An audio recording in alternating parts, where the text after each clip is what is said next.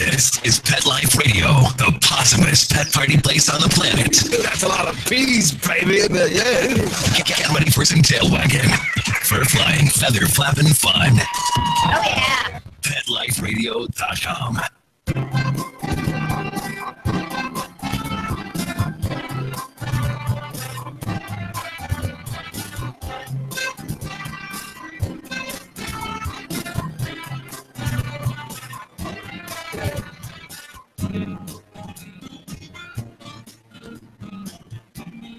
Right. And hello, good morning, good afternoon to everyone out there listening to us here live on Pet Life Radio's Ask the Vets with Dr. Jeff. I'm your host for the next 30 minutes here on Pet Life Radio's live call-in show, Ask the Vets with Dr. Jeff.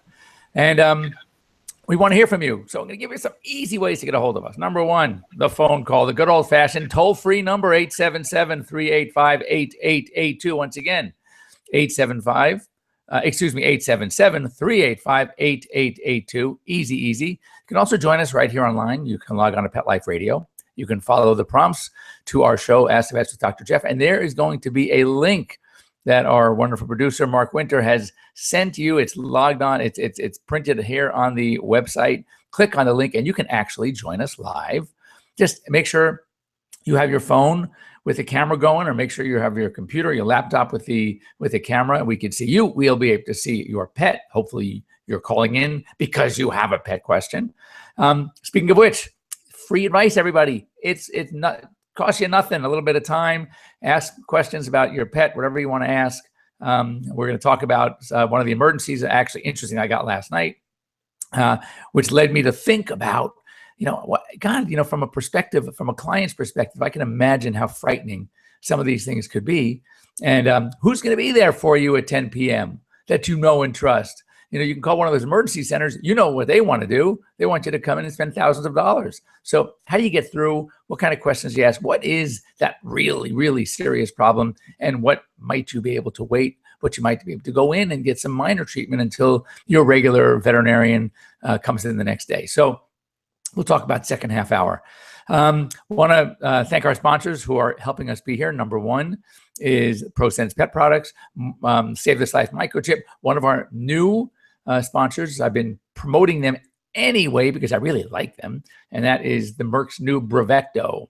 It's a 3-month, get that, 3-month tasty oral chewable treat protecting your pets against fleas and ticks. One of the ticks I think it's 2 months, but generally it's pretty good protection. I'm really happy with that product. And I was, I have a client who was telling me that her dog doesn't eat anything. She was worried because it's a decent size, and how is she going to put that down in the pet's throat because dogs don't eat anything. So I said, well, let me see. So I opened the pack right there. This dog literally chowed this thing out of my hand. So that was pretty good. And of course, KVP, Kong's More Than a Cone, which is raising awareness for animal welfare through the arts. And just last night was at least the local More Than a Cone charity event. For those of you who aren't familiar with More Than a Cone, KVP, which is Kong Veterinary Products, I'm sure you've all heard of Kong. So they have a veterinary division, and they make a lot of things to help us, the veterinarian, to help you and your pets. Things so it's not like just toys. It's kind of smarter stuff, things that are more therapeutic.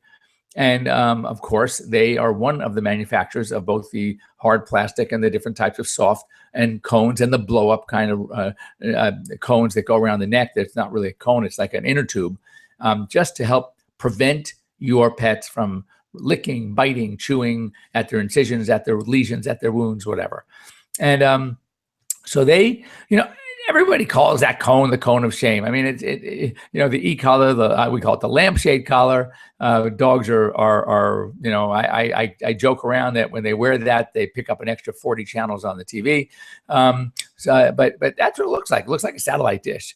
So they wanted to sort of bring more attention to the cone. You shouldn't laugh at a dog who's wearing it, but he's wearing it for a good reason. So what they did is they commissioned world famous artists and to paint the cones, to incorporate cones in their own artwork, and then they auction them off at raffles and to raise money for pets, raise money for shelter rescue, and they do really an amazing job.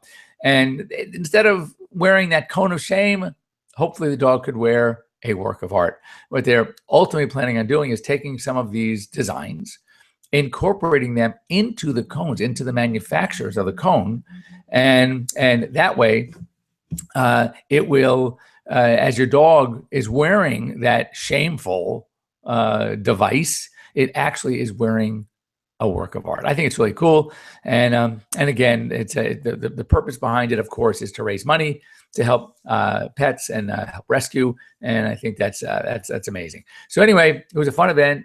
Music, a lot of big rescue groups were there. Some amazing dogs was there. There's one dog there. His name is Iggy. One of the rescues I work with is called Angel City Pits, and this dog is an American Bulldog, and his head is so huge. It's like you could put a dinner plate on it, and the sweetest dog on the planet. So as soon as I saw him there, he was with us earlier in the week and last week. He was just pulled from a shelter, and so I'm sitting there and I see this magnificent, huge-headed white American Bulldog, and I go, "Oh my God, that's Iggy!" And he was so adorable. All these people, he's literally jumping up and giving major tongue, and it was a lot of fun. And so dogs get rescued. It was food. It was a very nice event. It was a place called the Autry Museum at Griffith Park. Of course, the Gene Autry Museum, which is also interesting in its own right. And the people that came got a chance to go through the museum as well. So it was a very fascinating event. Also, remember, I want you to give us a call if you have any pet questions, 877-385-8882. Hopefully they've added up, because the last 2 weeks we were not here live.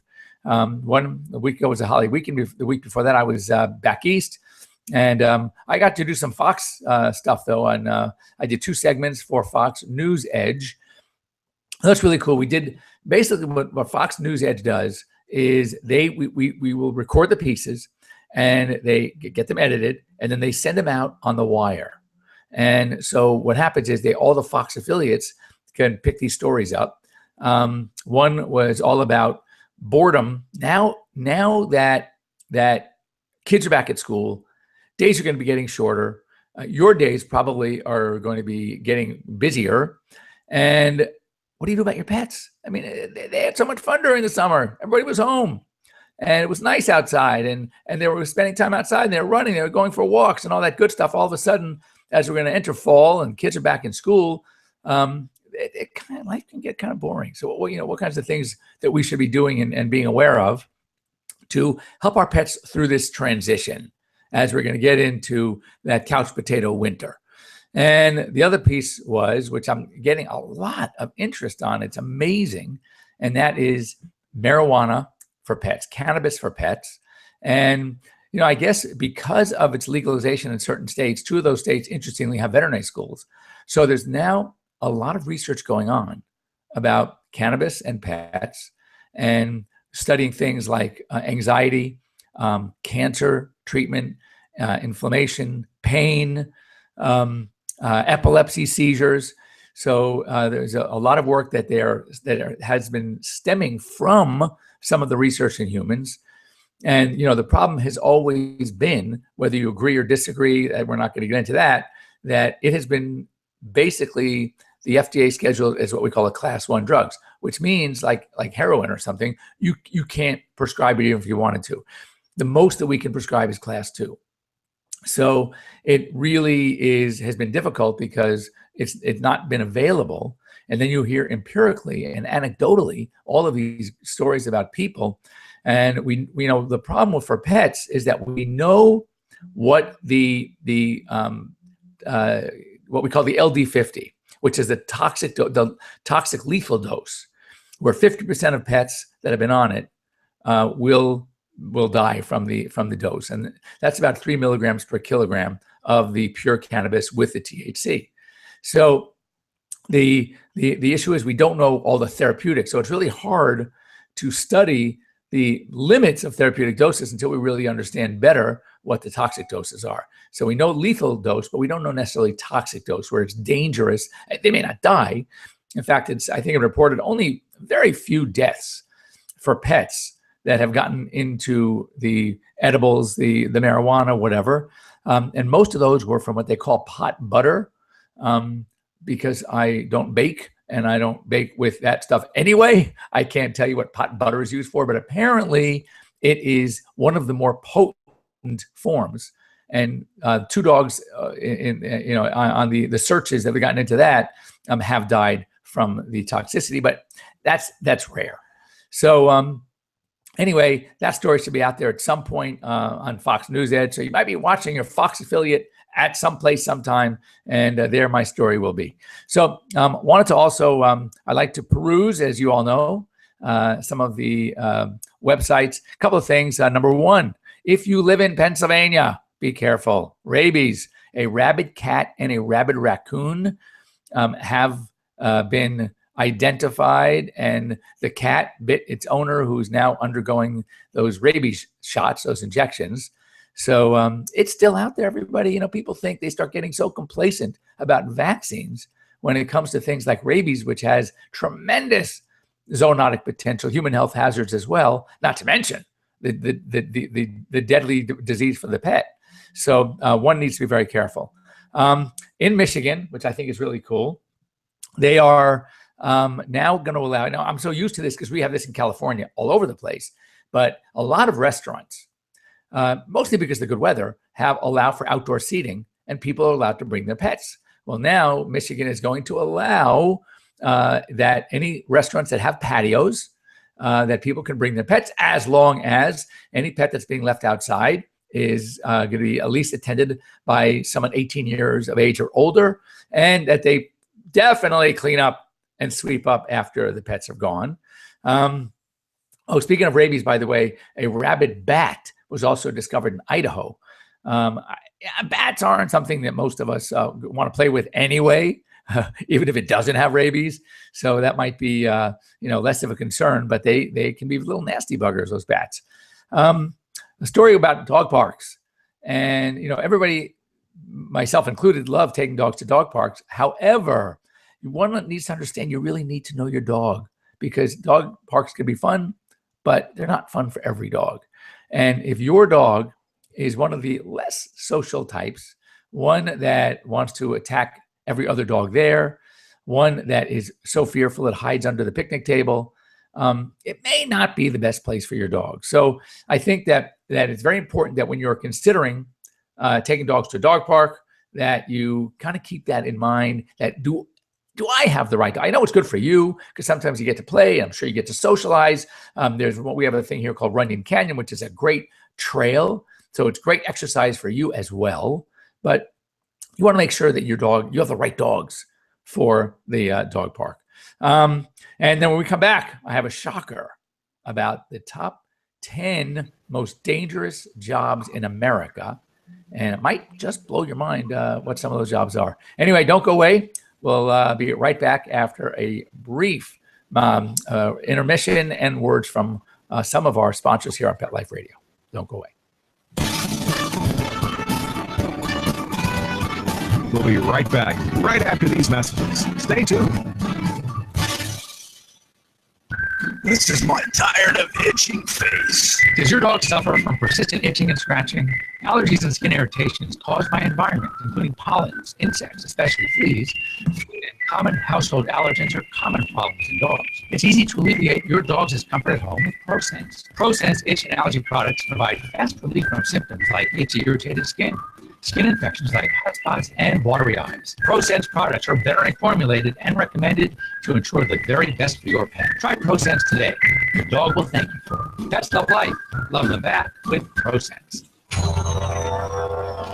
It's designerpetsweaters.com. Hand-knitted designer sweaters for your precious pup or cool cat. Beautiful couture patterns for your pets, including custom-knitted formal wear, casual wear, yachting, and even sports themed. Many designer pet sweaters include feathered tammy hats, top hats, and a lot of sparkle. Each sweater includes leg loops, front paw sleeves, and leash opening. Visit designerpetsweaters.com to order your four-legged fashions today. Large or small, we fit them all. Designerpetsweaters.com.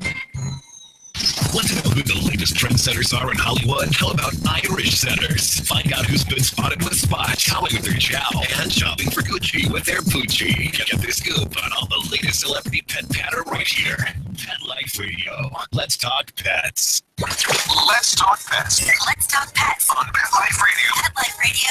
Pet Life Radio. PetLifeRadio.com.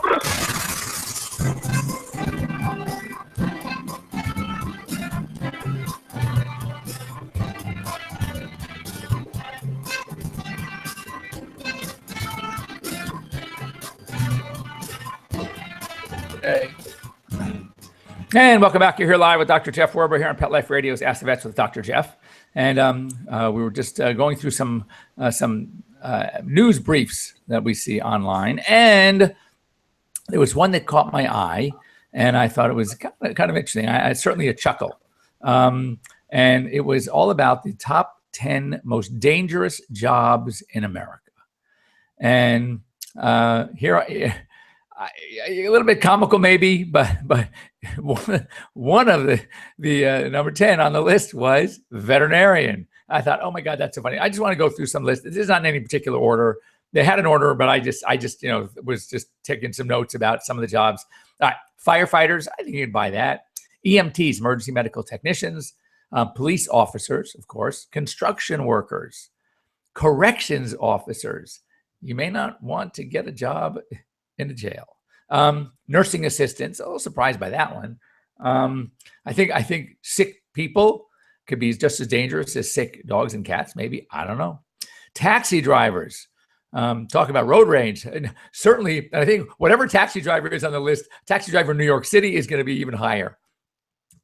Truck drivers, and of course, veterinarian.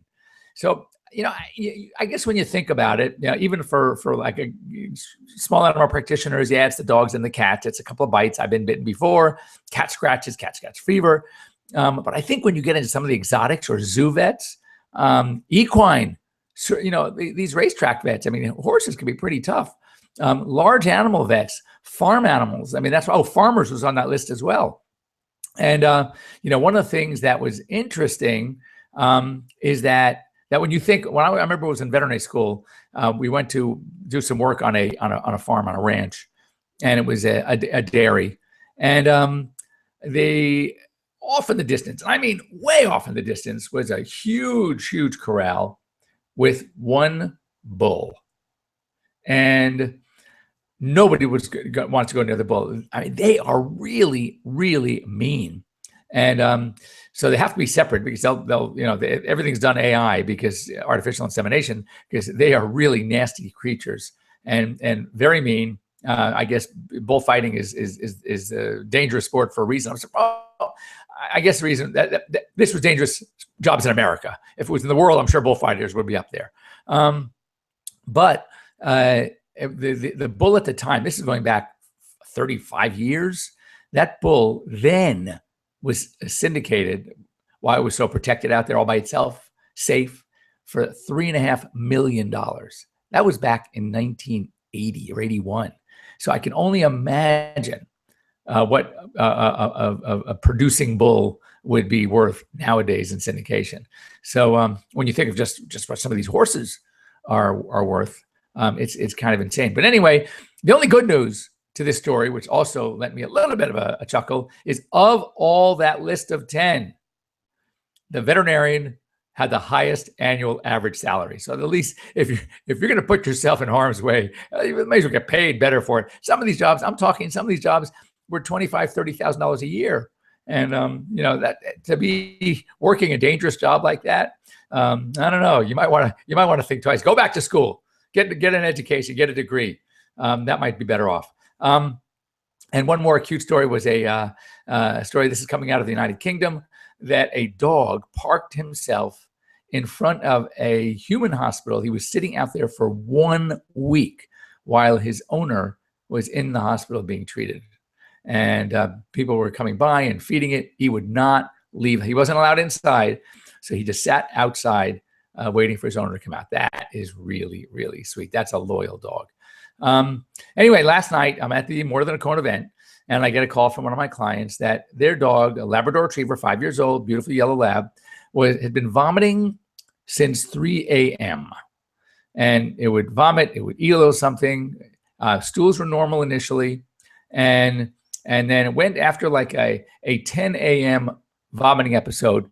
It was fine for the rest of the day. So at 5 o'clock and change, they tried to feed him dinner, and he ate. Mind you, he's a Labrador. But within 10 minutes, it was all back up again. So of course, the first question I asked was, is his stomach bloated? Does he feel like his stomach is getting huge, like a rock? Why? For anyone who has a large breed, deep-chested dog knows that when they are starting to TORS, a gastric TORS, and a GDV, we call it, a gastric dilatation volvulus, the stomach blows up and rotates on its axis, blocking off both ends, medical, surgical emergency. So of course, my first concern, but he said, no, the belly was, if anything, he looked sunken in. So I said, okay, what's a gum color? His gum color was okay. I said, with that many episodes and the fact that, hours later, he ate something again and vomited, I'm worried. And knowing a young Labrador, again, I have had them for 40 plus years. I know labs pretty well. I said, I'm worried about he ate something. It's an obstruction. They don't vomit like this necessarily. And this often, and the fact very soon after he ate on the last go round. So I said, take him into one of the emergency facilities, have them at least take an x-ray. Let me take a look, send me the x-ray. So sure enough, he goes into one of the better facilities I send him to, and they send me the x-rays, and there is a very, very suggestive pattern. And that's the hard part. I actually talked to the surgeon on call who took a look at the x-rays as well. And we're sitting there on the phone. He's looking at the x-rays. And the point I want to make is that no medicine, veterinary medicine, human medicine, you name it, is not an exact science. We are often faced with some choices. And as I often joke to my clients, the day I graduated veterinary school, my crystal ball broke. And it's been in the shop for the last 32 years. And no one's been able to fix it for me. And I don't have one. So when asked, and often asked, well, doc, what do you think what do you think we should do? And when you have one that there was nothing classic about it. It wasn't 100%. Sometimes you take an x-ray, you see the corn cob, you see the obstruction, you see the device, whatever it is in the intestine. And then in front of it, you see all this huge dilation. We didn't have that. Also, though, we did have some dilatation and some weird clumping in one area of the intestine. But the dog wasn't in extreme pain. So the surgeon and I are talking, and I say to clients sometimes, you have to think about the downside, the upside. We can cut. In fact, the surgeon, he told me this just happened to him last week. It was one of the same cases. They cut on the dog, and sure enough, they got in there, and it was no foreign body. It was just a clump of gas, and there was some irritation and what we call enteritis, and that was causing the problem, but there was nothing to remove. But at least they knew now that there was nothing to remove. So it's not completely a waste. Sometimes you do a test, you do a surgery, and you find nothing, all right? It's not a waste because now you have your answer, your definitive answer, that you don't have to worry. It's nothing serious. But this case, he wasn't able to say that. But he also, and I agreed with him, there's enough here that the owners would have not been wrong to cut, but it very well could have been nothing. So what we finally decided is, why don't we put the dog on fluids? Sometimes when you have a dog with a kind of an obstruction, IV fluids is just great. It really rehydrates and rehydrates. It gets the gut motility working again. The stuff was sort of at the back end of the intestinal tract, hoping we usually want a foreign body, makes it finally into the colon, it's going to pass. So if we can, sometimes we'll see that it's so close, we'll milk it into the colon and then go. But there's also an area called the ileocecocolic junction. It's just where the ileum, which is the second part of the small intestine, meets with a vestige structure called the cecum, and then it goes into the colon. So it's ileocecocolic junction. And at that point, that's where a lot of times things get stuck. And if you can just get them through that point and they get into the colon, oh my God, the colon is much wider, the colon stretches more. And so then usually these things will pass. So anyway, bottom line is, as I'm here talking to you, we're waiting for the morning x-rays to compare them and see, are things moving? Are things changing? And one of the things that we can do now, which we didn't have conveniently many, many moons ago, is not only can we look at x-rays, but we can also look at an ultrasound. And ultrasound can show us more clearly sometimes if there is an object that's in there that's blocking, that is not radio opaque, meaning it won't show up on an x-ray, you can pick it up on ultrasound. So we're waiting for the radiologist to come in, do an ultrasound, compare last night's x-rays to this morning's x-rays, and then we're going to know if we need to go in and cut on this poor dog. And of course, the owners don't want to cut. Nobody wants to spend a lot of money. And I mean, I was asking them, and again, prices differ, but here, this is a major emergency surgical facility in Los Angeles. And I asked the doc, I said, just curiously, just so I can advise my client, what are we looking at if it turns out not? We just have to open up, explore, and then, then we're done. And he says, oh, you're probably looking at, maybe $4,500 to $5,000. That's a lot of money to just go take a peek. So that's also been one of the issues that we're dealing with. But next week, I promise you, I will let you know how it goes, because we're sort of in the throes right now. I believe they are just going to be doing the ultrasound soon and see what we are going to do with this poor dog. Anyway, want to thank you for joining me here on Pet Life Radio's Ask the Vets. Once again, we did not hear from you. I would love to hear from you, 877-385-8882. If you are the embarrassed or shy type and you don't want to call in live, you can always send me an email with your questions. Would love to get them to drjeff, Dr. Jeff, at petliferadio.com. And next week, if you get the courage, if you get the guts, open up your computer, sit in front of it, and log on with us to the link that Mark is going to send along. We may not be using Google Hangouts because we're understanding now that it may be joining with a YouTube, but we're going to be able to do live on camera, if you will, a radio show, and that's why we're here, kind of like a simulcast like they do in sports. That's what we want to do for you. So if you have any questions for the week, you know how to get a hold of me, Dr. Jeff, drjeff, petliferadio.com. And next week, I want to hear from you, 877-385-8882. Once again, thanks to our sponsors, More Than a Cone, who had a great event last night. Hopefully they did very well. To Merck's Bravecto, to ProSense Pet Products, and of course, Save This Life Microchip. We're still waiting to have my good friend Chance White on the air live with us to talk about some new things about microchipping, problems with the industry, with one or two companies that aren't joining in the fold and getting all their microchips ISO certified. So we'll talk about that when we have Chance on the phone. All right, have a great week, everybody. We'll see you next week right here live on Pet Life Radio's Ask the Vets with Dr. Jeff.